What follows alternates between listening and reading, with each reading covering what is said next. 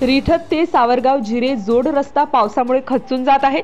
वाहतूक बंद होण्याच्या मार्गावर।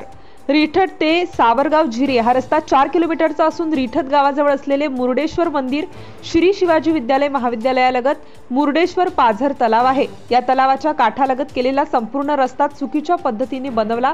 हा रस्ता पावसामुळे खचून चालला असून या रस्त्याची दुरावस्था 2 वर्षातच झाली आहे।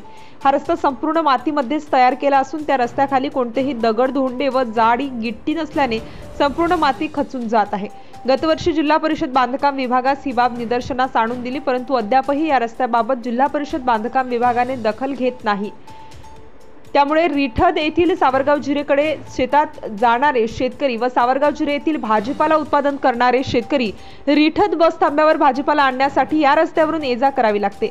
त्यामुळे हा रस्ता संपूर्णपणे खचून गेला तर या रस्त्यावरील वाहतूक बंद होईल, आणखी भाजीपाला उत्पादक शेतकऱ्यांचे नुकसान होईल।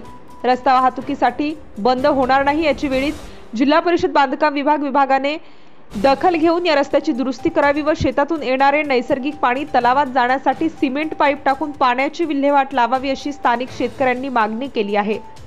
धुमाकूळ महाराष्ट्र न्यूज टीव्ही चॅनल साठी रिसोड तालुका प्रतिनिधी नारायणराव आरू पाटील, रिसोडकर।